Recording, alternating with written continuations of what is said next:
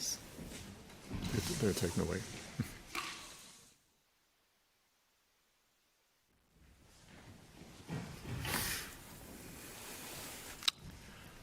Good afternoon and welcome to the ECB press conference. I'm joined here on stage by President Lagarde and by Vice President de Guindos. My name is Wolfgang Preußel. Later in the question and answers part, I would like to ask you to turn on your cameras so that we can see you when you ask a question. I will now give the floor to President Lagarde. President Lagarde, please. Thank you very much. So, good afternoon. The Vice President and I welcome you to our press conference. The euro area economy is continuing to recover and the labour market is improving further, helped by ample policy support. But growth is likely to remain subdued in the first quarter as the current pandemic wave is still weighing on economic activity. Shortages of materials, equipment and labour continue to hold back output in some industries. High energy costs are hurting incomes and are likely to dampen spending. However, the economy is affected less and less by each wave of the pandemic, and the factors restraining production and consumption should gradually ease, allowing the economy to pick up again strongly in the course of the year. Inflation has risen sharply in recent months, and it has further surprised to the upside in January. This is primarily driven by higher energy costs that are pushing up prices across many sectors, as well as higher food prices. Inflation is likely to remain elevated for longer than previously expected, but to decline in the course of this year. The Governing Council therefore confirmed the decisions taken at its monetary policy meeting last December, as detailed in the press release published at 1:45 today. Accordingly, we will continue reducing the pace of our asset purchases step by step over the coming quarters and will end net purchases under the Pandemic Emergency Purchase Programme at the end of March. In view of the current uncertainty, we need more than ever to maintain flexibility and optionality in the conduct of monetary policy. The Governing Council stands ready to adjust all of its instruments as appropriate to ensure that inflation stabilises at its 2% target over the medium term. I will now outline in more detail how we see the economy and inflation developing, and will then talk about our assessment of financial and monetary conditions. Economic growth weakened to 0.3% in the final quarter of last year. Nevertheless, output reached its pre-pandemic level at the end of 2021. Economic activity and demand will likely remain muted in the early part of this year for several reasons. First, containment measures are affecting consumer services, especially travel, tourism, hospitality, and entertainment. Although infection rates are still very high, the impact of the pandemic on economic life is now proving less damaging. Second, high energy costs are reducing the purchasing power of households and the earnings of businesses, which constrains consumption and investment. And third, shortages of equipment, materials, and labour in some sectors continue to hamper the production of manufactured goods, delay construction, and hold back the recovery in parts of the services sector. There are signs that these bottlenecks may be starting to ease, but they will still persist for some time. Looking beyond the near term, growth should rebound strongly over the course of 2022, driven by robust domestic demand. As the labour market is improving further, with more people having jobs and fewer in job retention schemes, households should enjoy higher income and spend more. The global recovery and the ongoing fiscal and monetary policy support also contribute to this positive outlook. Targeted and productivity-enhancing fiscal measures, as well as structural reforms attuned to the conditions in different euro area countries, remain key to complement our monetary policy effectively. Inflation. Inflation increased to 5.1% in January from 5% in December 21. It is likely to remain high in the near term. Energy prices continue to be the main reason for the elevated rate of inflation. Their direct impact accounted for over half of headline inflation in January, and energy costs are also pushing up prices across many sectors.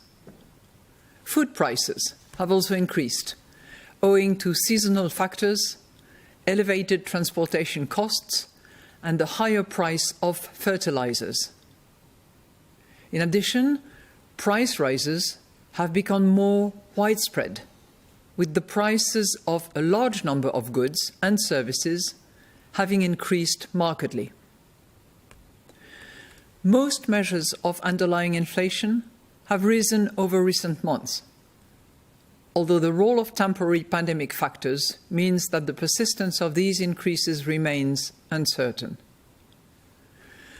Market-based indicators suggest a moderation in energy price dynamics in the course of 2022, and price pressures stemming from global supply bottlenecks should also subside. Labour market conditions are improving further, although wage growth remains muted overall. Over time, the return of the economy to full capacity should support faster growth in wages. Market-based measures of longer-term inflation expectations have remained broadly stable at rates just below 2% since our last monetary policy meeting. The latest survey-based measures stand at around 2%. These factors will also contribute further to underlying inflation and will help headline inflation to settle durably at our 2% target. We continue to see the risks to the economic outlook as broadly balanced over the medium term.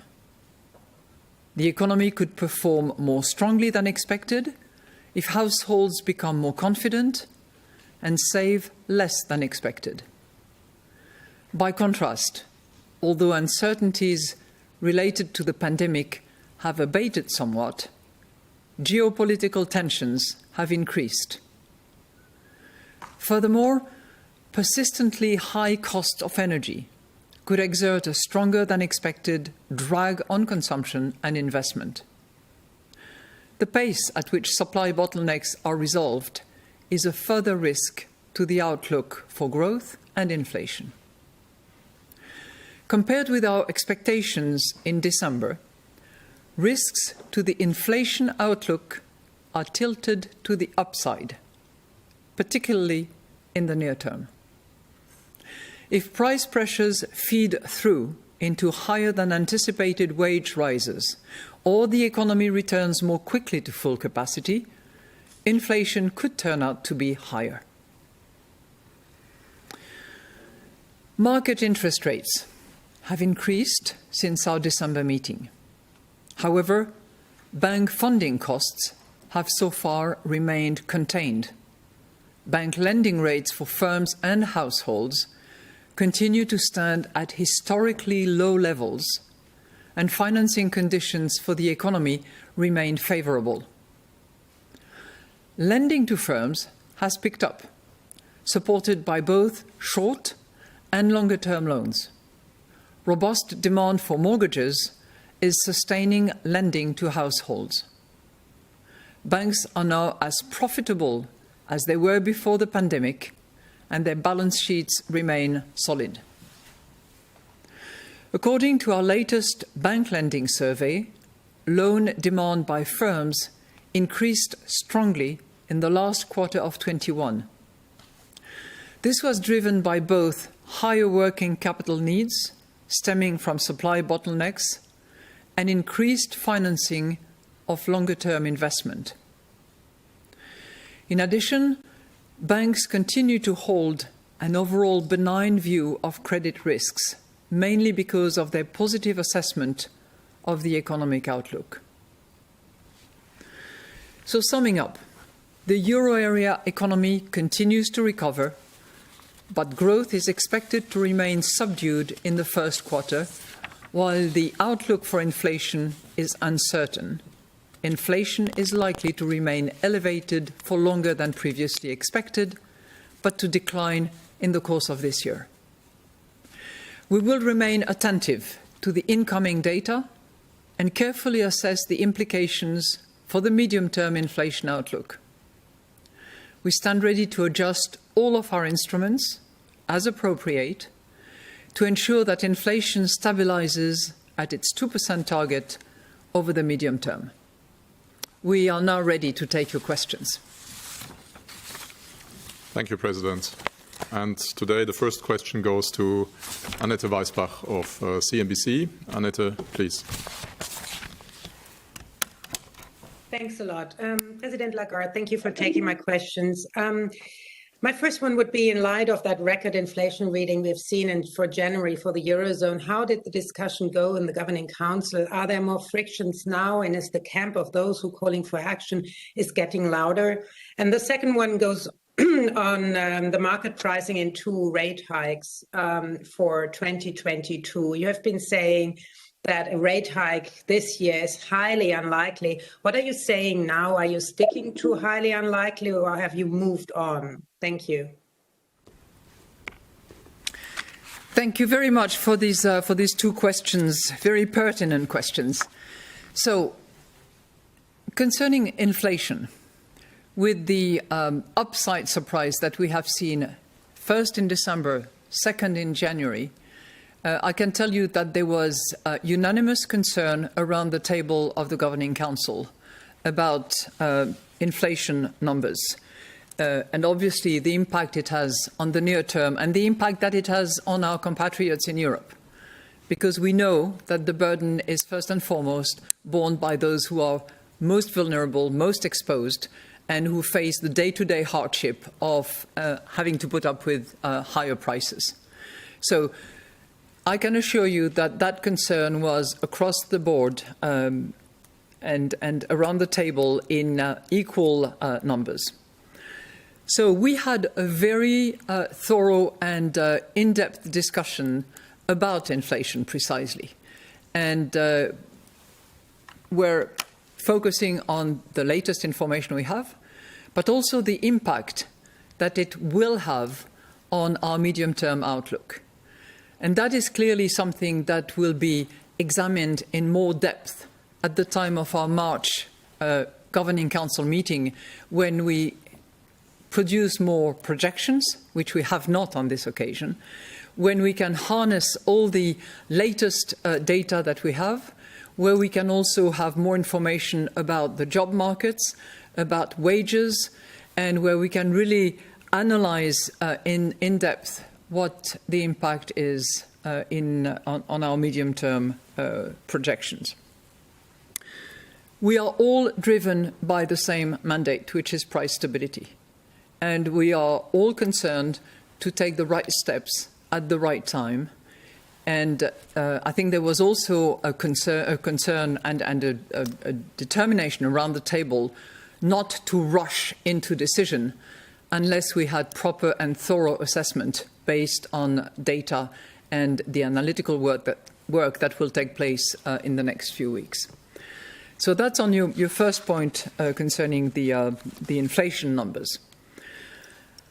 On the other question of the rate hikes, you know, I never make pledges without conditionalities, and it is even more important at the moment to be very attentive to that. So, as I said, we will assess very carefully. We will be data dependent. We will do that work in March. And I think it will take us into the analysis of what are the drivers behind inflation in the short term, what are the drivers behind inflation in the medium term, and how the whole outlook and medium-term projections looks like. Let's not forget that we will continue doing so on the basis of our forward guidance, that we will continue to observe the sequence that we have agreed, and that we will be gradual in any determination that we make at the right time on the basis of data. Thank you. Thank you very much, Madame Lagarde. The next question goes to Eric Albert of Le Monde. Eric, please. Thank you very much for taking my question. A couple of hours ago, President Lagarde, the Bank of England increased its rate by 0.25%. 4 of the 9 members of the committee actually wanted more than that, wanted 0.5. You're going to tell me, of course, that different economies means different decisions. So could you tell me what is the difference between the 5.4% inflation in the UK compared to the 5.1% in the Eurozone? Why is it not the same course of action in the ECB? And the other question is about wage growth. What can you tell us about wage growth in the Eurozone? Do you see any sign of that? Are you worried about that side of things? It's interesting because your second question is almost the answer to your first question.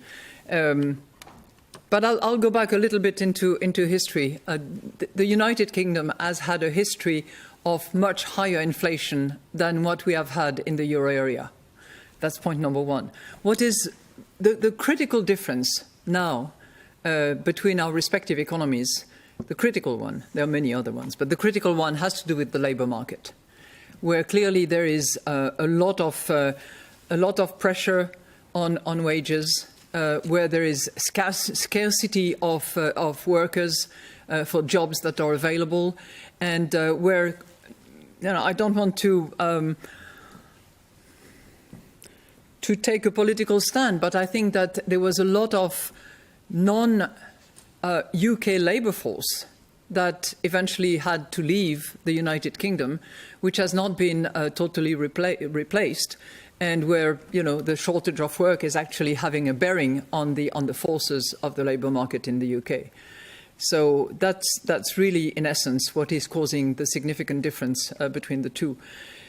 On the wage front, what we are seeing, and that we can really celebrate, is that the euro area is at the lowest unemployment number it has ever been. 7% unemployed is a record number. The second aspect of that labour market is that our participation of employees in the labour market is back to the level where it was pre-COVID. So on those two accounts, we have good news to celebrate. What we are not yet seeing is a significant movement in terms of wage increases. And we are not seeing a lot either in relation to wage negotiations.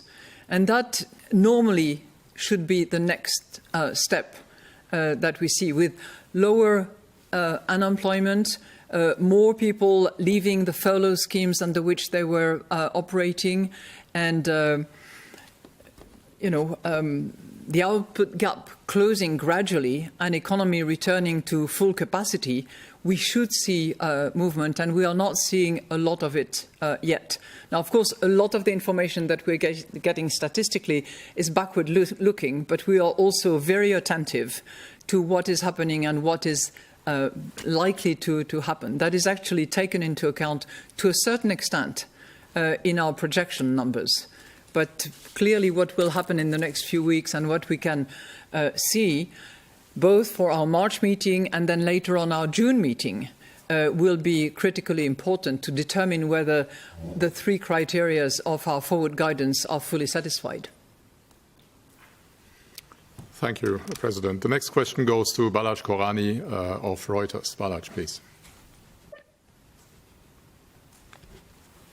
Good afternoon. Thanks for taking my questions. The first one is that from your guidance about standing ready to act, you removed either direction. And I'm curious about the significance of that, if there is a significance. But in the interest rate guidance you left, or lower, the two seem to be incoherent to me, because that would mean if lower is an option and you're not ready to act in both directions, then you're only going down. Surely you didn't mean to say that. The second question is about the quality of your projections. Do you maintain your full confidence in the ECB's projections? The track record of these projections have been quite mixed in recent quarters. And it seems to me that it's clear to me that the models are not equipped to be modeling a once-in-a-lifetime event. So what do you think about the projections going forward? Thank you very much for your questions. On your first point, you've done a good reading of the various paragraphs that are included in our monetary policy statement, and it is a fact that we have removed the portion that says in both directions. And we now say the Governing Council stands ready to adjust all of its instruments as appropriate to ensure that inflation stabilizes at its 2% target over the medium term. I think as appropriate, which we debated within the Governing Council, captures the vast array of optionalities that we have available depending on the data that we receive, and as hopefully some of the uncertainty we have around clears off. So we thought that as appropriate was perfectly adequate to cover all the moves that we could take and all the optionalities that are available for us. I think, based on recollection, because we debated that a little bit, the in either direction was inserted once to really indicate that there was a change of tack, and that we were no longer in that, low inflation environment for such a long period of time. And that was inserted in the December monetary policy statement. We are clearly receiving data that inform us about the high level of inflation, certainly the upside risk to our projection, particularly for the short term. And that is the reason why we've thought that as appropriate would cover all the optionalities that we have. Now, I'm glad you're asking me about the quality of the projection by staff. It's actually interesting because as managing director of the IMF, I did had exactly the same questions in due course in my previous life. And what it means is that providing forecast, elaborating projections is a difficult exercise that is based on the assumptions that you make and on the models that you use. And I have full confidence that staff does its best to include all the sensible, reasonable, rational assumptions that they can. And I can assure you that they go through a whole array of scenarios. What if, what if, what if, what if? And they use the models that they use, that many of you listening to me are also using. So it is hardly surprising that most projectionists, most forecasters have also been surprised by the inflation numbers, in particular in December and January, because very few of them could have anticipated the energy shock, the massive shock that is hitting our economies around the world, but particularly so in Europe, where we are so vastly export dependent when it comes to our energy. So that has clearly an impact that was not anticipated because it was not in the assumptions. Now, all the work that is done by staff to elaborate those projections, all that work is also assessed by the Governing Council. And each and every governor of each and every national central bank is consulting with their staff as well. And their staff are feeding also data into the aggregate projections that we produce, at least 1 out of 2 every year. Sorry, 2 out of 4. But the determination is made by the Governing Council. And indeed, there is an element of discretionary judgment. You know, we don't take projections just at face value. And this is, particularly relevant in the current circumstances, given the level of uncertainty, given the geopolitical risks around. There has to be an element of judgment that actually belongs to the table of the Governing Council. Thank you. Thank you, President.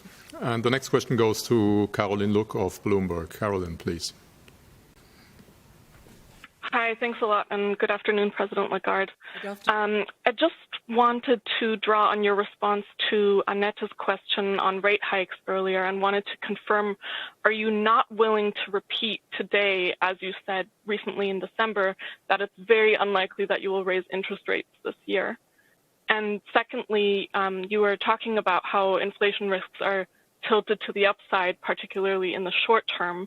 But could you give us some more thoughts on the medium term and specifically the assumption that inflation will fall below 2% and stay there in 2023 and 2024? Okay, so on your first question about interest rate hikes, as I said, I don't make pledges without conditionalities. And I did make those statements at our last press conference on the basis of the assessment, on the basis of the data that we had. And it was, as all pledges of that nature, conditional. So, what I'm saying here now is that comes March, when we have additional data, when we've been able to integrate in our analytical work the numbers that we have received in the last few days, we will be in a position to make a thorough assessment again on the basis of data. And I cannot prejudge what that will be, but we are only a few weeks away from the closing time at which we provide the analytical work, prepare the projections for the Governing Council, and then come with some recommendations and make our decisions. I think,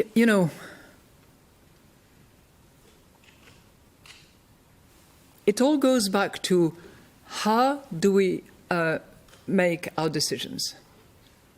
We make them on the basis of data. We make them on the basis of the forward guidance when it comes to interest rates. We make them gradually, because we're not here to rock the boat, if I may say. And we are going to use all instruments, all optionalities, in order to respond to the situation. But the situation has indeed changed. And you will have noticed that in the monetary policy statement that I just read, we do refer to the upside risk to inflation in our projection. So, situation having changed, we need to continue to monitor very, very carefully. We need to assess the situation on the basis of the data. And then we will have to take a judgment.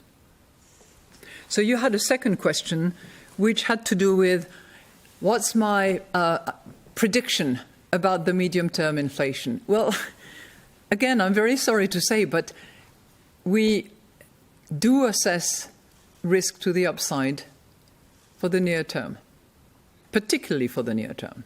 We're not excluding, but we say particularly for the near term. We will know better what impact it will have on the medium-term inflation. But let me just say one thing. We are getting much closer to target.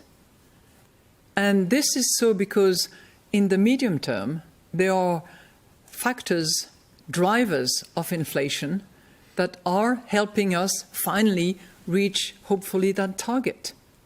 And that has to do with the labour market that I was discussing earlier. That has to do with the broad-based inflation that we have, which concerns more than 60% of the items. And it has to do with the inflation expectations, which, whether based on surveys or market-based, are now heading very close to or at target.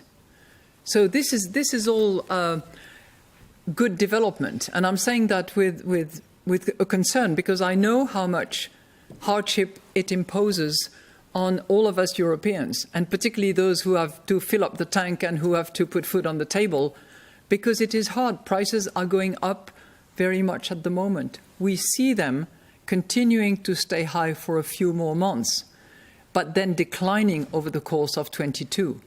And then our medium-term numbers, we will have more certainty at our March meeting. Thank you, Madame Lagarde. The next question goes to Francesco Ninfole of Milano Finanza. Francesco, please.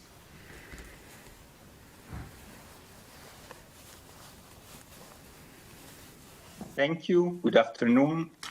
President Lagarde, could you clarify what is the best way for the ECB to act when there is an increase in inflation driven mostly by supply rather than demand? In the Eurozone, of course, there are significant increases in energy prices, but inflation can be a burden on demand, as you've said before. Secondly, I have a question on fiscal rules, because in the last days, the advisors of the Italian and French governments have published some proposals on the Stability and Growth Pact. Have you seen them? What do you think of them? And in particular, what do you think of the proposal to transfer part of the ECB, of the government bonds in the ECB balance sheet to a European agency in order to give ECB more space for monetary policy? Thank you. Well, thank you for your two very interesting questions. You know, I opened this press conference by saying how all governing council members were concerned about inflation numbers, which were at a very surprising level by all accounts, and whoever are the projectioners and the forecasters. Of course, we went into the analysis of what is it more supply? Is it more demand? We all know that monetary policy can have a stronger impact on demand, and that the impact on supply, particularly if it is imported supply, as is the case with energy price increase, is going to be more limited. But I would have a little caveat on that one, because clearly the longer it lasts, the higher the likelihood of second-round effect there will be. And in that case, obviously, monetary policy has a role to play. So I think that we are all concerned that we have a mandate which is to deliver price stability, which is to make sure that inflation is at target in the medium term, which is the strategy that we have adopted, all of us. And we know the limits of what can be done and when it can be done, but we know that action has to be taken when the conditions are ready for that. You referred to the editorial that had been jointly prepared and published in one of your colleagues' newspaper. And of course, I've read it.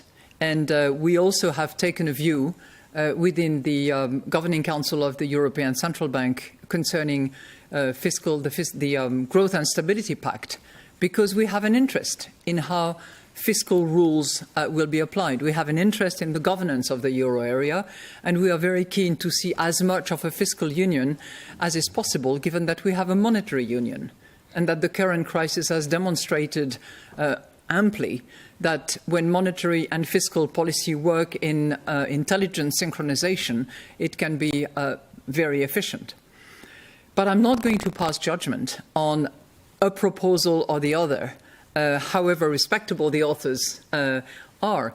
We have said, as Governing Council of the ECB, that we would like to see rules that are simpler, that are more user-friendly, that provide for counter-cyclical response. And we have also said that we believe that a fiscal capacity would be appropriate in order to respond collectively to shocks. So, there are other proposals that are being floated, but the decision will ultimately depend on what the leaders are prepared to compromise and are prepared to accept. From our perspective, the more fiscal union there is, obviously the better for our monetary policy. Thank you. Thank you, Madame Lagarde. And the next question goes to Martin Arnold of the Financial Times. Martin, please. Hello, Madame Lagarde. Can you hear me? Yes, I can. Great. I asked this question in December. I'm going to ask it again. Forgive me, but do you think the market in pricing several rate increases this year by the ECB has got ahead of itself? And secondly, can you tell us what your view is on the impact of tensions between Russia and Ukraine on the economic outlook and particularly the outlook for inflation? Thank you. Well, thank you very much. I don't know what answer I gave you to the December question, and I might be giving you a similar answer, although it will be in the light of different indication from the economic situation and certainly different inflation numbers and different labour market numbers. But when it comes to interest rate hikes, we have a forward guidance which has been approved by the Governing Council, which identifies three pillars or three criteria, if you will, that need to be satisfied in order for rates to be hiked. And I don't want to insult you by repeating those three criteria, but I will, actually. So we have the inflation at target, which is 2%, well ahead of the projection horizon. We have, second, the durability, so that we see it staying at target until the end of the horizon. And third, we need to see underlying inflation that is sufficiently strong to determine progress towards target. So we will apply these three criteria at each and every step of the way, and we will determine if and when they are satisfied in order to possibly hike rates. But don't forget that we also have a sequence. And the sequence is that we will not hike rates until we have completed net asset purchases. So I think, what comes first comes first. We have to look at net asset purchases. We are conducting a step-by-step glide of those net asset purchases. We will determine in March what is the assessment, what on the basis of the data that are then available, and we will see what pace, what speed, what amounts we will apply to this net asset purchase programs for the rest of 22. You asked me a more political question on which, I'm not going to take a political stand, but I will simply say that, the geopolitical clouds that we have over Europe, if they were to materialize, would certainly have an impact on energy prices, and through energy prices, an increased cost throughout the whole structure of prices. But it would also impact growth as a result of reduced income and possibly, as a result, reduced consumption and deferred investment. So the pure economic impact would be certainly significant than what we are seeing at the moment in terms of prices. So we are very attentive to that. And by the way, we include that in our scenario when we prepare the projection and the work that is submitted to Governing Council members at the time of the next Governing Council meeting. I will say separately that peace is a lot better than any kind of war from an economic point of view, and I've seen that in other parts of the world in previous lives. Thank you, Madame Lagarde. Next question goes to Mark Schreurs of Börsenzeitung. Mark, please. Yes, hello. Thanks for taking my questions. The first one is on inflation. You mentioned several times now the upside surprises in inflation in December and January. Does that mean that the December projections from the ECB staff, that they are already outdated, especially the projections that inflation will fall below 2% in 2023 and 2024? And my second question is on the degree of monetary policy accommodation. If inflation is significantly higher than expected, this means that real interest rates are lower than thought. So monetary policy is more expansionary than thought. Isn't that in itself a reason to recalibrate monetary policy and to tighten monetary policy? Thank you. Well, thank you for your two questions. On the latter one, it's obvious that monetary policy has to continue to support the economy. And you mentioned it yourself, the whole panoply of instruments that we use that are currently working is also explaining some of the good results that the economies are showing at the moment. On the upside surprise, we did not only use the word upside in relation to surprises, we used it in relation to risk. Risk is to the upside in our projection.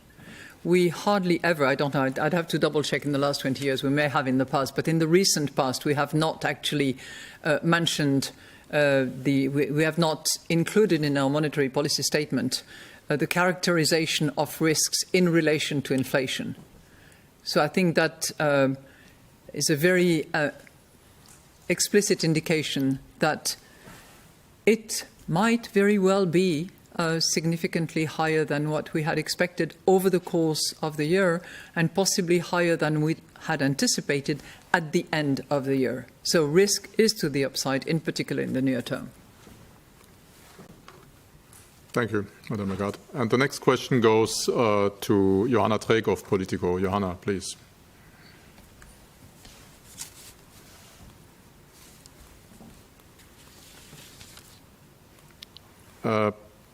We can't hear you, Johanna. Can you hear me? Yes. Great. Thank you very much. I've got a quick question on your March projections that you've highlighted now repeatedly. If those updated forecasts show inflation exceeding your 2% target in 2023 and 2024, would then, in your personal view, that be a reason to start slowing bond purchases earlier than currently suggested? Thank you very much. Well, thank you for your pointed question, but I'm not going to speculate on what the Governing Council will decide. I think you have the answer, but I'm not going to here speculate on what the decision will be. Thank you. The next question goes to Andres Stumpf of Expansion. Andres, please. Hello, can you hear me? Mm-hmm. Yeah. Very much so. I was wondering, in light of these new events, that if you have measured any kind of what degree of monetary contraction could cause the decision of ending the special rate period of the TLTROs. Actually, we have not discussed TLTROs at all in this particular Governing Council meeting. And it's one of the items that I'm sure we will debate at our March meeting, or later, actually. Because I think they end in June 23, if I recall. Huh? Yeah. Thank you. And the next question goes to Mark Boindermann of NRC Handelsblatt. Mark, please. Yes, thank you very much. In the beginning of the press conference, you said that there was a unanimous concern within the Governing Council about inflation. Just to be sure, does it mean that the monetary policy decision taken today was also taken unanimously? And my second question, if I may, to what degree does the scenario or the risk of rising bond spreads determine the pace of normalization of monetary policy of the ECB, especially given the fact that the sovereign debt has exploded so much during the pandemic? Thank you.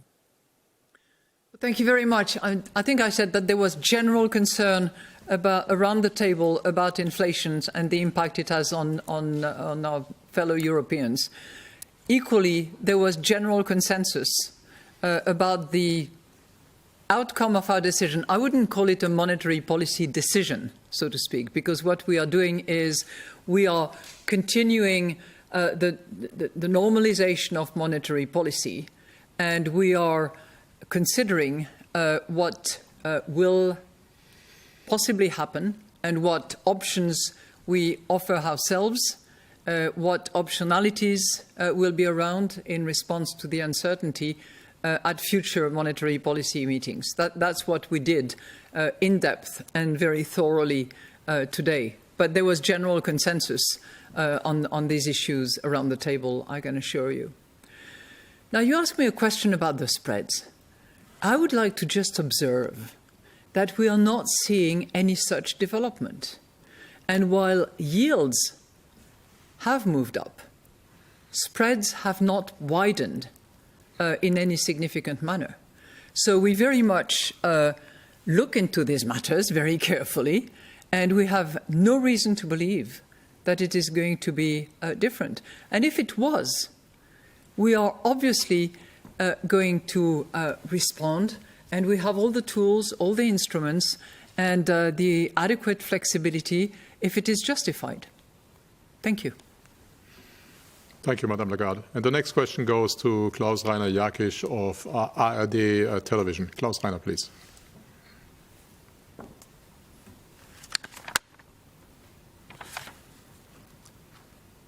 We cannot hear you, Klaus-Rainer. Can you hear me now? Yes. Oh, I'm sorry. Good afternoon. Thank you very much for taking my question. Ms. President, I would like to focus on the energy prices. If I listen to you and your colleagues, one always has the impression that energy prices is something a central bank can't do much about it. It has to be taken, and this is partly taken as justification for the current monetary policy. On the other hand, one could argue that the current policy is leading to the fact that the dollar is rising quite significantly against the euro. And since most energy, or many all energy, is being calculated in US dollar, it basically is another factor why energy prices are rising. So there is a criticism that one could argue that the current monetary policy stance of the ECB actually is fueling inflation rather than combating it. I hope you won't just say we don't focus on the exchange rate, but what do you say to this criticism? Thank you very much. Well, thank you very much. And it is the case that the very high inflation numbers that we observe are at least 50% caused by energy prices.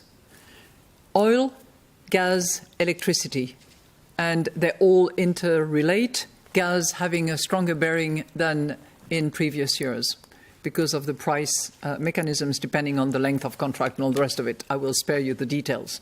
But 50% of the current inflation is caused by energy prices. If the ECB was to, first of all, reduce and finish its asset purchases, then raise interest rates in short order, do you think it would have any impact on energy prices? No. It is not in the ambit of monetary policy to decide the price of the barrel that is organized predominantly outside of Europe. Now, true, that most of those contracts are in US dollars currency. But if I look at the significant appreciation, depreciation, it varies a little bit. The euro has depreciated a little bit. I don't want to, be in the wrong numbers, but it's no more than 3% over the course of the last 12 months. So I don't think that, we can attribute to the European Central Bank the high cost of energy, which impacts 50% of the inflation and the price paid by the consumers. Having said that, the European Central Bank and its governing council at large are focused on its mandate, which is price stability. But we are going to stick to the objectives that we have, that is set by the treaty, that is price stability at 2% in the medium term. And believe me, as soon as it is required and the conditions are satisfied, we will act, because it is our duty, and we shall do so. Thank you. Thank you very much. Next question goes to Isabella Bufacchi of Il Sole 24 Ore. Isabella, please. Good afternoon, and thank you for the opportunity. President Lagarde, I have two questions. The first question is on the lower bound. If inflation were to be too high relative to the 2% target, the ECB would respond. And your response will come from the lower bound and from negative interest rates, which is very exceptional. Can you tell us how the central bank, the ECB, can respond to higher inflation coming from the lower bound? And my second question is on your step-by-step approach. The Governing Council expects net purchases to end shortly before it starts raising the key ECB interest rates, and that is APP net purchases. What does this shortly before mean if inflation was going too high for too long? Thank you. Well, how do you hike interest rates? By hiking interest rates. And clearly, we will have a very sophisticated, determined approach and analysis to doing that. And we will only do that in the sequence that we have fixed for ourselves and which has been agreed, which is that we will look at net asset purchases first, gradually, on a data-dependent basis. And then we will look at interest rates. Now, you asked the question about net asset purchases, and I'm not sure exactly what your concern was about the net asset purchases and what is the what was the question? What shortly before? Oh, shortly before. Yeah, of course, shortly before. Shortly before is probably a little shorter than just before. And that, again, is going to be in the estimation of the Governing Council, data dependent and based on the assessment that is conducted. But I would say this, we are not there yet for the reasons that I have just mentioned, which is that we will be very faithful to our sequence. We are still conducting net asset purchases. We will stop the pandemic emergency program net assets in March. And then we will look at the net assets under the APP. So don't assume too much in terms of immediacy of hikes. We will not be complacent, but we're not going to be rushed into a process. We will follow the sequence that we have set for ourselves. We will verify the forward guidance criteria, and we will be gradual in whatever we do. Thank you, Madame Lagarde. And today's last question goes to Jean-Philippe Lacour of Jean-Philippe Lacour of Agence France Presse. Jean-Philippe, please. Okay, thanks a lot, Wolfgang. Good afternoon, Madame President. So it's very crucial to avoid the so-called second-round effects in the setting of wages and prices. And in times where we see people going on the street and to defend their purchase power, especially in France, would you go as far as to call the unions to wage moderations in the coming period to avoid this second round effects, which are not yet there, of course?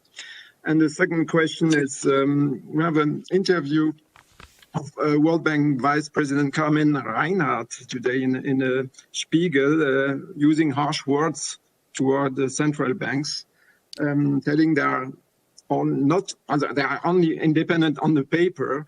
And for that, she said that the level of public debt is so far so high, then the central banks are so hesitant to act, here. What's your take about this? Thanks. Well, on the latter question, I have not seen what Carmen has written, so I'm not going to comment on that. She's an expert on sovereign debt, and she has held that view for a long, long time that excessive sovereign debt is a great burden and should be addressed by sovereigns. So I'm not going to challenge or second guess her analysis. I know this is her field, and I'm not surprised that she's addressing that in her capacity as chief economist of the World Bank, and clearly, I'm sure, focused on emerging markets and low-income countries. On the second round effect, don't get me wrong. What we are saying is that we are not seeing wage increases that would be likely in the conditions of the markets as they are, where we are seeing unemployment as low as it has ever been, where we are seeing participation back to the level where it was pre-COVID, and where gradually the output gap is closing, and there is less and less slack in the economy. So we are waiting for that movement on wages. And our duty, of course, is to make sure that through a second round effect that would not be addressed by monetary policy, inflation would run out of control and would spiral. This is not what we are seeing, and we certainly don't want to see it. But I'm not here saying that there should be wage moderation. There is clearly an adjustment to be had, which I'm hoping we will see in the course of 22. That would be the economic logic of what we are seeing at the moment. And by the way, as I'm finishing on that question, I think we should be a little bit cautious about what I'm hearing a lot, which is constant comparisons between the US and the euro area, the Fed and the ECB.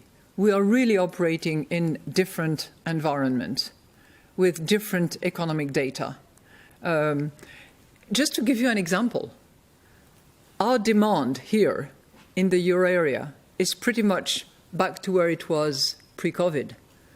In the US, it is 30% up. Ask yourself why. Because of this massive fiscal stimulus that the US economy has had. Unlike the euro area, where it has been more moderate, not excessive, and which is producing the sort of measured pace at which some factors are significantly improving. So, suffice to say that I wish you all a very, very good day. Thank you. Thank you very much. That brings us to the end of our press conference. Thanks a lot for joining. The next press conference is scheduled for 10 March. Up until then, we hope we stay safe and healthy. Have a good afternoon. Thank you and bye-bye.